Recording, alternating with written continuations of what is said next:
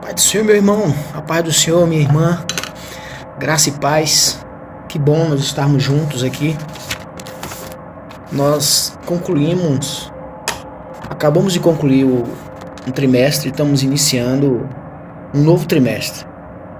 Nós acabamos de estudar sobre o Sermão do Monte, onde nós podemos aprender de várias maneiras, de muitas formas, aquilo que Cristo ele tem para nos ensinar. Estamos agora no quarto trimestre. É o último trimestre que se encerra para nós fecharmos esse ano 2022. É um ano da retomada e nós estamos imbuídos para continuar dando seguimento ao ensinamento da palavra de Deus e diante daquilo que a Bíblia nos ordena, né? Nos imprime que assim o façamos. Esse quarto trimestre nós vamos trabalhar sobre a questão do pentecostalismo. O tema é a Igreja e o Espírito Santo. Esses dois eles não podem ficar apartados. Esses dois eles não podem ficar separados. O Espírito Santo, tanto o Espírito Santo quanto a Igreja.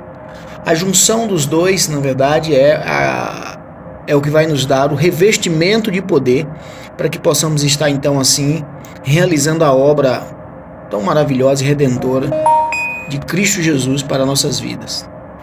Então assim, dentro do nosso tema nós temos o subtema como a necessidade do avivamento promovido pelo Espírito Santo para os dias atuais. É de fundamental importância essa necessidade. Sem essa mola mestre, sem esse combustível, né? Sem esse agente, sem essa pessoa da Trindade que nos foi outorgada pela palavra de Deus, é impossível nós, por si só, fazermos a obra de Deus. Embora que nós entendamos que o mundo por si só, ele prega o Evangelho. Se nós pararmos de pregar, as pedras certamente exclamarão. Então nós precisamos entender e compreender um pouco mais. Então nós temos como texto áureo a passagem de Mateus, capítulo 28, versículo 19. Essa passagem ela vai nos falar: portanto, ide e ensinai todas as nações, batizando em nome do Pai, do Filho e do Espírito Santo. O Pai, no princípio, falou pela boca dos profetas, falou diretamente com o homem no jardim do Éden. O Pai, no princípio, ele falou pela boca dos juízes, dos sacerdotes. E logo em seguida veio o Filho e encarnou em pele humana para poder também estar no meio de nós. Nos deixando assim o Filho, ele lançou uma promessa sobre nós que nós não ficaríamos órfãos. Nós seríamos, na verdade, consolados por um Consolador a qual eles haveriam de enviar. Então a pessoa da Trindade enviou o Espírito Santo, essa terceira pessoa da Trindade. O Espírito Santo, então, hoje que habita em nós que entendemos que somos casa do Espírito Santo de Deus e por isso buscamos a obediência, a retidão, né?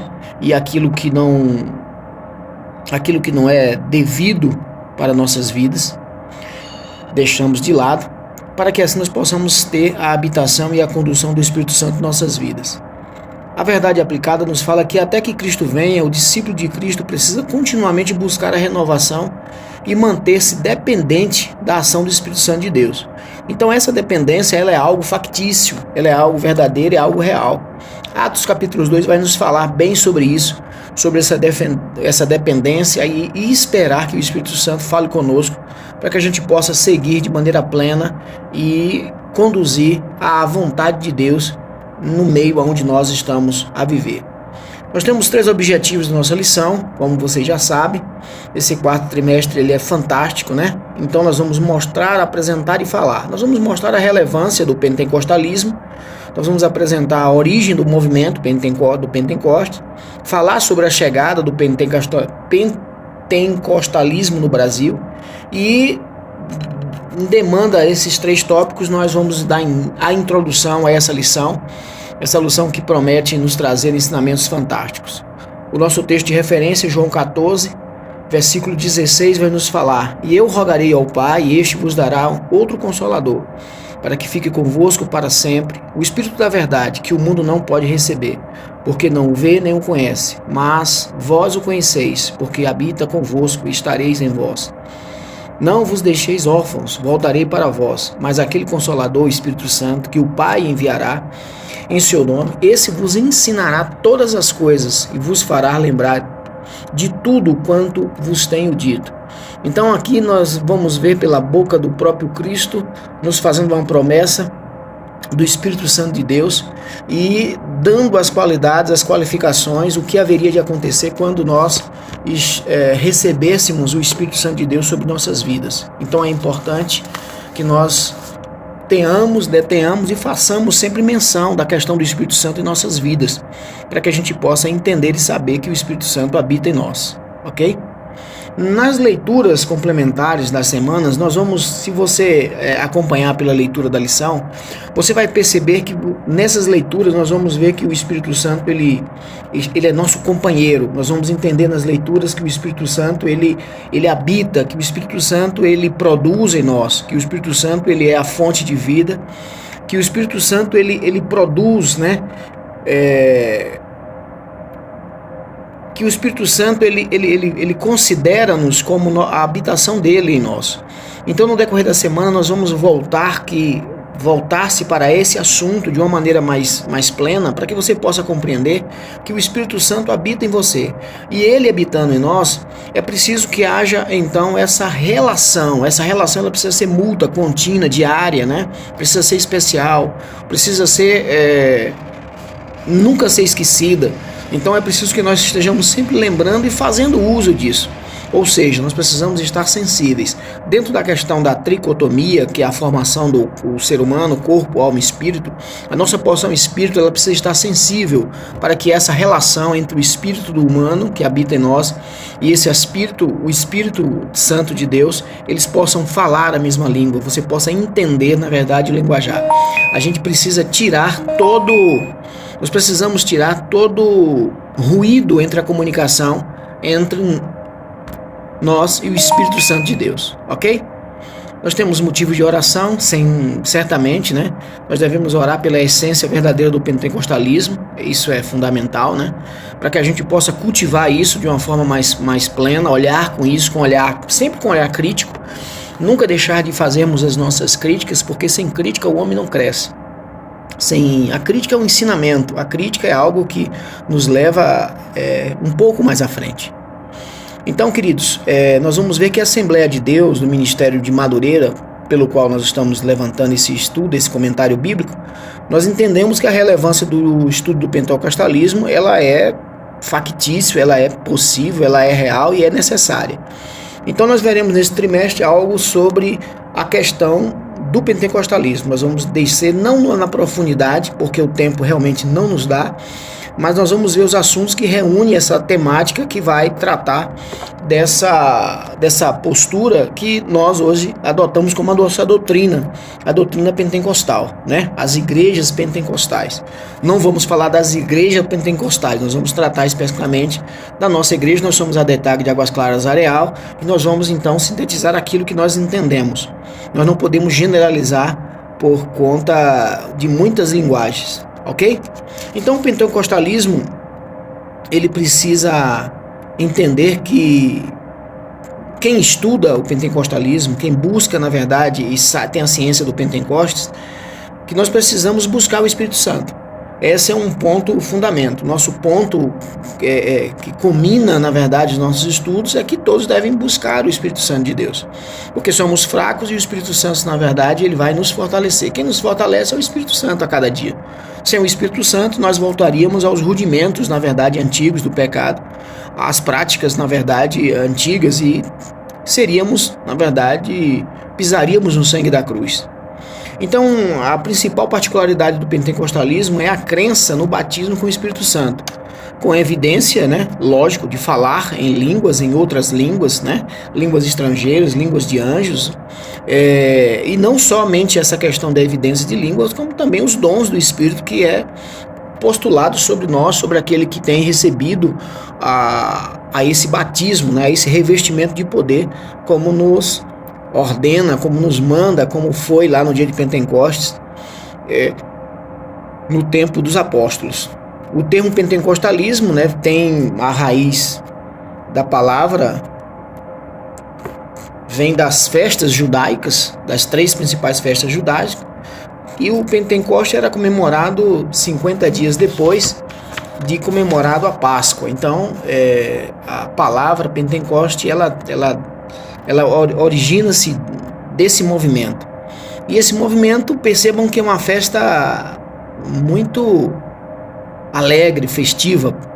Essa festa é de igual modo conhecido como a festa das semanas ou a festa das primícias. Nessa festa de Pentecostes, os judeus vão trazer as primícias, né? O fruto da grande colheita anual, eles eram oferecidos ao Senhor. Então, foi durante uma festa de Pentecostes que quase 120 discípulos de Cristo reunidos naquele cenáculo que receberam, na verdade, esse revestimento. Então, perceba que é uma festa de alegria, satisfação e esperança mútua, né? Uma esperança de conquista, né? Uma esperança de confirmação daquilo que você faz. Imagine aqui, por exemplo, você que é agricultor, se você nunca teve o prazer de semear, né, e depois colher, é algo fantástico. Então é como nós, e esse paralelo entre a questão do agricultor e o cristão, ele é muito forte, porque quando você semeia a palavra de Deus em um coração que está apto, está propício a receber a palavra, nós vamos ver o nascimento, o brotar desse espírito, né? Esse fruto do espírito nascendo, evidenciando na vida das pessoas que assim deixam ser semeadas pela palavra de Deus, aceitam, ouvem na verdade o chamado. Então o movimento pentecostal, né, entre outros numerosos movimentos que existem em todo o Brasil, em todo o mundo, né, por assim dizer, de renovação e avivamento, eles aparecem logo após a ascensão de Cristo. Então esse movimento ele vai se destacar, ele vai existir, ele vai aparecer. O movimento pentecostal no início do século XX, né, a partir dessa compreensão, nós passamos a acreditar e tratar dessa temática, né, da sua importância para que o crente pentecostal ele possa ter esse atestado que a Igreja de Cristo não é simplesmente um ornamento, mas um organismo vivo, né? 1 Coríntios capítulo 12, verso 12, nós vamos ver. Então, o pentecostal, ele tem essa vivência, essa experiência quando ele envolve-se, quando ele deixa-se, quando ele perdoa, quando ele quebra as amarras das amarguras, quando ele quebra as amarras, né, as cordas do ódio, né? Quando ele quebra as amarras das decepções, ele vai, com essas quebras dessas amarras, ele é revestido com esse poder e ele entende que isso é fundamental para a vida de todo cristão. Ele vai entender, então, Atos de uma maneira mais própria, mais particular. Nós vamos ver por Stanley Horton, né? Alguém comentou certa vez que o pentecostalismo é um movimento à procura de uma teologia, como se não estivesse como não estivesse ele radicado a interpretação bíblica, né? E a doutrina cristã. Então, assim, existe muitas, não é o assunto da nossa lição, mas existe muitas críticas, né? As pessoas tentam, na verdade, paralisar esse movimento, tentam, na verdade, arrancar essa doutrina da Igreja Assembleia de Deus, e nós entendemos que é algo que inexplicável, não há uma explicação plena sobre isso. O verdadeiro pentecostalismo, a Bíblia vai nos falar, né, que constitui uma sólida evidência sobre o verdadeiro pentecostalismo. Nós, pentecostais, somos reconhecidos por esses relacionamentos e experiências com a manifestação do Espírito Santo. Assim presenciamos essas manifestações através dos seus dons e amostras, né, como a glossolária, que é o falar em línguas. Nós vamos ver que em meio à questão pentecostal, os dons espirituais ele vem se manifestando, dons de cura, dons de revelação, né, dons de profecias e tanto outros, na verdade, dentro dessa questão ministerial, ok? Então a principal particularidade do pentecostalismo é a crença no batismo com o Espírito Santo, com evidências inicial de falar com outras línguas, bem como na atualidade dos dons espirituais. Nós não vamos não só em Atos dos Apóstolos, mas também em outros momentos em que nós vamos ver essa manifestação do batismo com o Espírito Santo. Deus envia aos suecos Daniel Berg e Gunnar Wing ao Brasil. Então, esse movimento pentecostal, ele é trazido até o Brasil, ele é chegado até o Brasil por esses dois suecos, Daniel Berg e Gunnar Wing. O começo do ministério da Assembleia de Deus no Brasil ocorreu através de dois homens cheios do Espírito Santo. A história mostra que os missionários suecos Daniel Berg e Gunnar Wing chegaram ao solo brasileiro após receberem palavra profética em uma vigília, né, enquanto estavam nos Estados Unidos, de que deveriam ir ao Paris.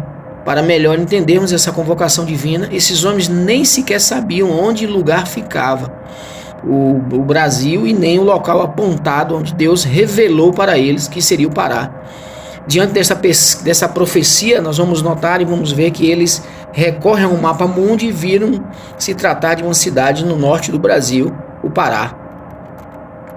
Nós vamos entender então que com essa profecia, né, esses homens cheios do Espírito Santo, e eu vou lhe dizer uma coisa, para você sair, né, da Suécia ou dos Estados Unidos e vir para o Brasil em 1911, né? Bem antes, né? Bem antes, mais 1911, para o Brasil, para anunciar a palavra, era necessário que ela esteja cheia do Espírito Santo, de um conceito bíblico e teológico fundamentado e movido simplesmente pelo Espírito de Deus para poder desempenhar uma viagem dessa, onde nós não tínhamos nem aeroportos, aviões, né? Uma viagem de barco, navios e bem perigosa.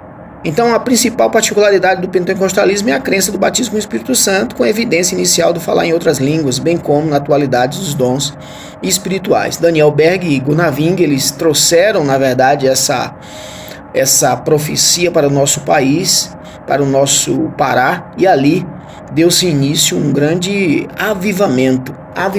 O movimento pentecostal nos Estados Unidos, nós também sabemos que é algo bem evidente, né? Testemunhado não por um, por dois, mas por várias pessoas, esse movimento.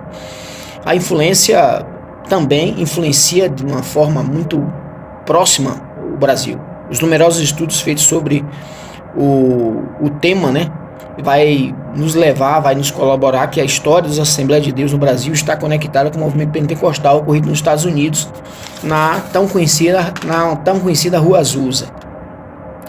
Então nós vamos ver que pela história dos Estados Unidos, Daniel Berg vem e chegando ao Brasil, ali no Pará, por esses homens, mais tarde, né, incendiado todo o território nacional com essa profecia. E é assim como toda a palavra de Deus, onde quer que você esteja, que você tenha um cristão, seja nas prisões, seja nas masmorras, onde quer que você esteja, seja em qualquer lugar, departamento público, né, escola, aonde você estiver, se você for uma pessoa, um servo de Deus, um homem de Deus, cheio do Espírito Santo, certamente vai acontecer a mesma coisa que aconteceu no Pará e no Brasil.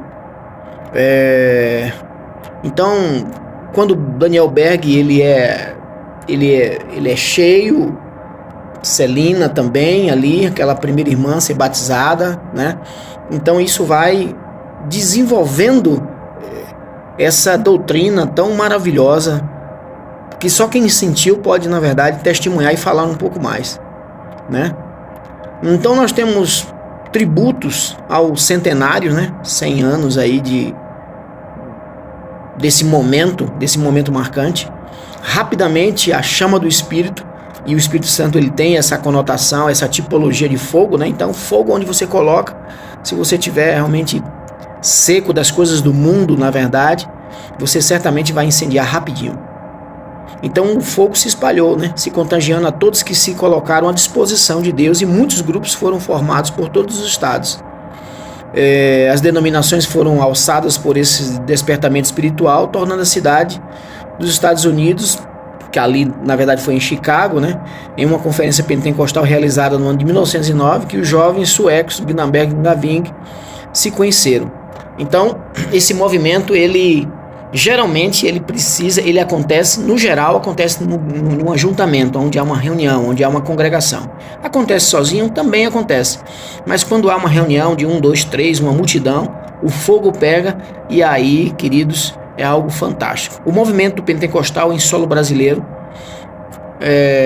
já há mais de 100 anos, né? Esse movimento pentecostal, ele se instalou em solo brasileiro tema da Assembleia de Deus Madureira como um dos principais representantes do Brasil e no mundo, a Igreja Madureira, temos a certeza de que o Espírito Santo foi derramado sobre estes ministérios para impulsioná-lo, encorajar e guiá-lo e capacitá-lo no exercício da pregação do Evangelho. Algo que são coisas fundamentais, porque Mateus 16 fala isso, Atos 1 e 8 fala isso, e é preciso que você tenha um incentivo, na verdade, para anunciar o Evangelho. E para quê? E por que não um incentivo melhor do que esse? De você ser cheio do Espírito Santo, de você ser um homem cheio do dom dos espirituais e assim alçar voo e sair anunciando o Evangelho. As Assembleias de Deus, queridos, só prosseguiram expandindo em solo brasileiro aquilo que foi anunciado por Daniel Berg Gunaving, aquilo que aconteceu lá nos Estados Unidos. Assim como tantos outros, levantados por eles próprios para fazer parte desse trabalho. A partir dessas considerações é possível perceber que chegamos até aqui com mais de 100 anos de história, tendo como combustível para continuar a obra de Deus e seu Espírito. Sem ele nada podemos fazer. João 20, 11 ao capítulo 23 e Atos capítulo 4, versículo 31. Ora, olha que coisa interessante, né? Nós precisamos entender e compreender que as coisas que são de Deus, elas permanecem, elas não morrem, elas não se extinguem, porque Deus é eterno. E Deus, ele lançou mão dessa obra, e essa obra, a igreja, ela se sustenta, ela se auto-sustenta, e nada vai nos parar. A questão pentecostal, ela nos deixa claro, após 100 anos, eu acho que isso é um bom tempo, que é algo real, verdadeiro e unânime e único. Porque se não fosse, já teria sido extinto, já teria sido abafado, já teria sido esquecido. Estava sendo lembrado como o que aconteceu e o que houve. Assim como Deus, levantou no deserto através de Moisés uma cobra, uma serpente, para que possam ser curadas, na verdade, de picadas de sangue, de picadas das serpentes. Assim também, queridos, Deus levantou esses dois homens, Daniel Berg e Gunaving, para poder nos trazer essa tão maravilhosa promessa e erradicação do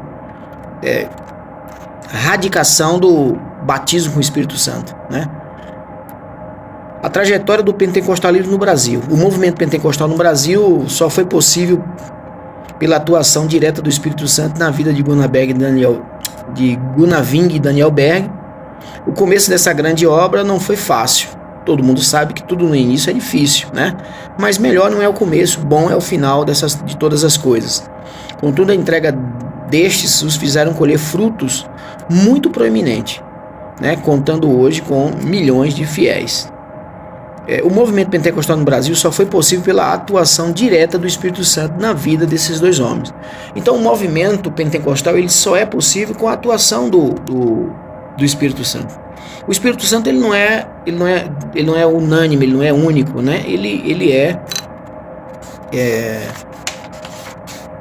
Ele é repartido. Atos capítulo no Pentecoste, versículo no livro de Atos vai nos falar que era um vento veemente, impetuoso, como línguas repartidas. Perceba que ele tem uma porção para cada um. Não é uma língua para dois, não. É para cada um ter uma porção. E isso é a porção que nós entendemos, ok? O movimento pentecostal no Brasil segue da seguinte maneira. As Assembleias de Deus no Brasil se alargaram no seu começo, especialmente entre os grupos mais simples da população brasileira. A história mostra que os desbravadores Daniel e Vingre enfrentaram muitos problemas, como obstáculos do idioma, os riscos nas florestas, os males tropicais, as perseguições, além das penúrias que lhes sobrevieram, pois não eram sustentados financeiramente por nenhuma igreja ou auxílio missionário. No entanto, o Senhor os enviou ao Brasil. Deus os envia ao Brasil e supria suas necessidades. A história ela é fantástica. Nós não temos tempo hábil para poder descer na história desses dois homens, dessas duas tochas, podemos assim adjetivá-los, porque eles trouxeram na verdade essa chama do Espírito. Stanley Orton ele vai falar assim: o movimento pentecostal no Brasil teve início em 1911, através dos missionários suecos Daniel Berg e Gunaving. alçados pelo avivamento que varreu os Estados Unidos no começo do século. Ele deu origem à Assembleia de Deus, que em suas primeiras décadas de existência não teve o ensino teológico formal como prioridade básica. Então percebam que no início, né, nós não tínhamos essa formação, esse modelo teológico. Hoje o modelo teológico, em algumas faculdades teológicas, eles tentam, na verdade, abater e abafar esse movimento pentecostal, aonde foi a fundamentação de toda. Se há uma faculdade teológica, se há um cristão hoje, nós temos que, não tem como se negar a existência do poder do Espírito Santo sobre a vida desses homens. E hoje nós estamos aqui, na verdade, falando um pouco mais sobre esse movimento maravilhoso. Sendo um movimento essencialmente apostólico, né, concentrou-se todos os seus recursos na evangelização de um país com territórios várias vezes maior que a Europa Ocidental. O Brasil ele é imenso. Apostólico porque foram os apóstolos, na verdade, como os discípulos que estavam no cenáculo. Então nós somos apostólicos, nós somos uma igreja apostólica pentecostal. Então assim, nós estamos vivendo o avivamento. Nós estamos dentro do avivamento de Atos, né? Existem pessoas que, nós vamos fazer um culto avivalista. Não, nós estamos dentro do avivamento. Nós precisamos ser avivados, né? Está em nós o avivamento. Por que está em nós? Porque nós temos o Espírito Santo de Deus, ok?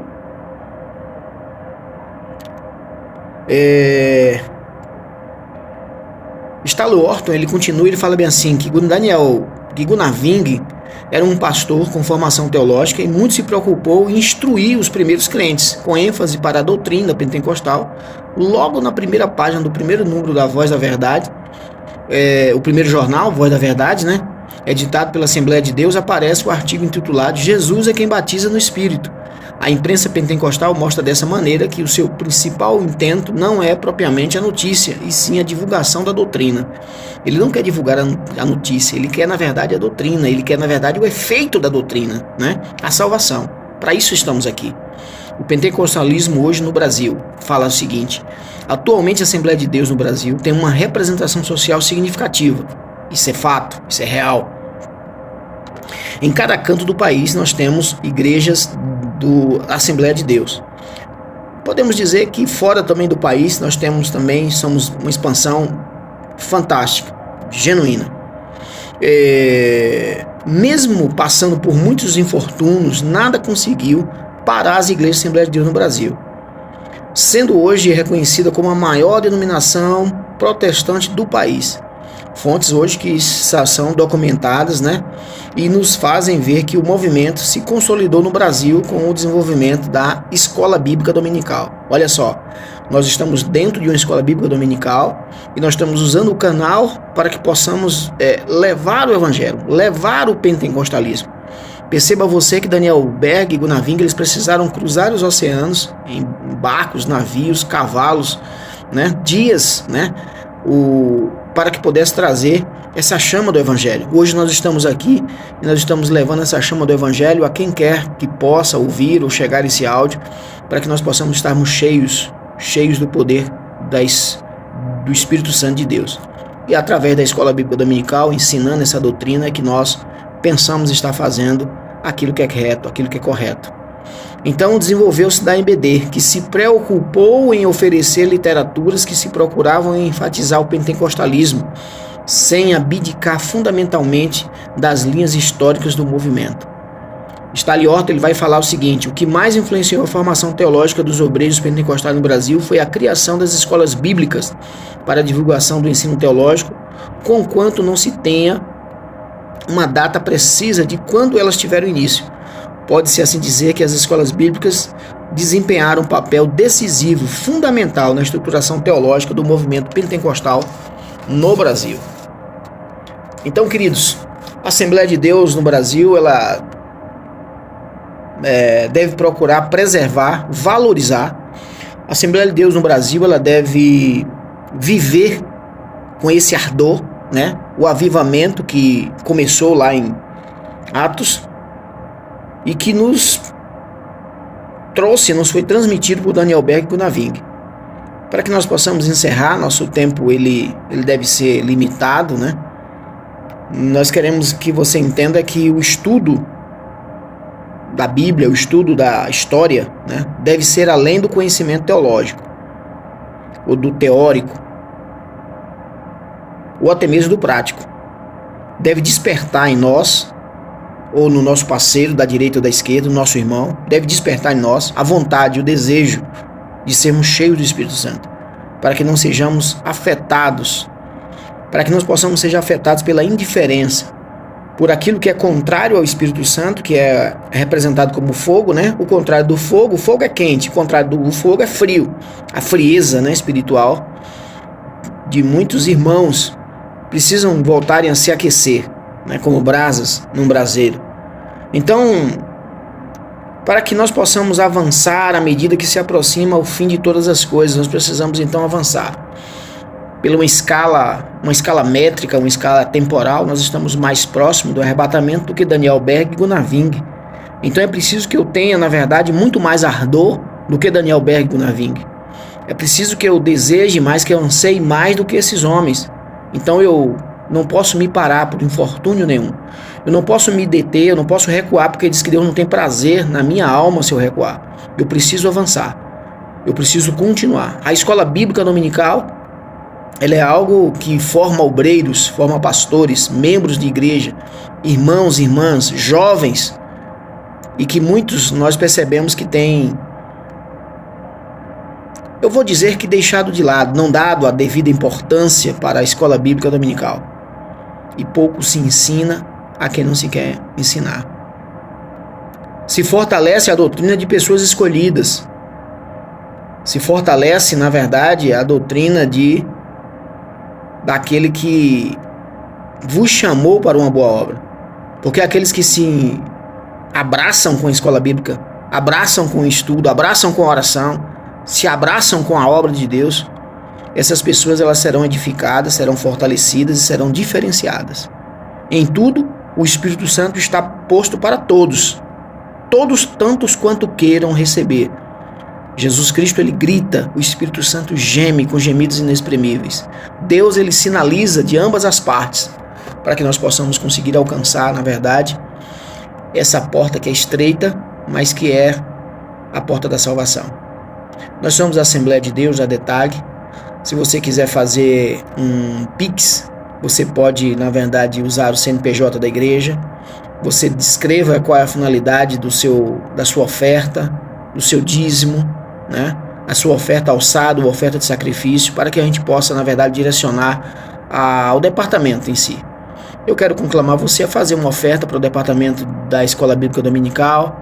Ajude, na verdade, a esse departamento dentro da igreja.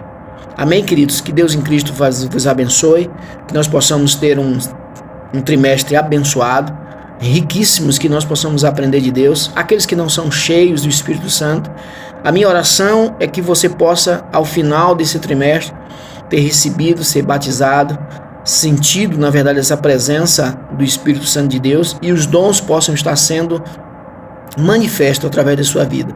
Que você seja um instrumento de Deus na sua igreja, aonde quer que você vá, que você possa ser um instrumento de Deus, assim como Daniel Berg e Gunnar Wing, e nada lhe pare de anunciar as boas novas. Que Deus em Cristo nos abençoe, em nome de Jesus. Eu fico por aqui, Deus abençoa.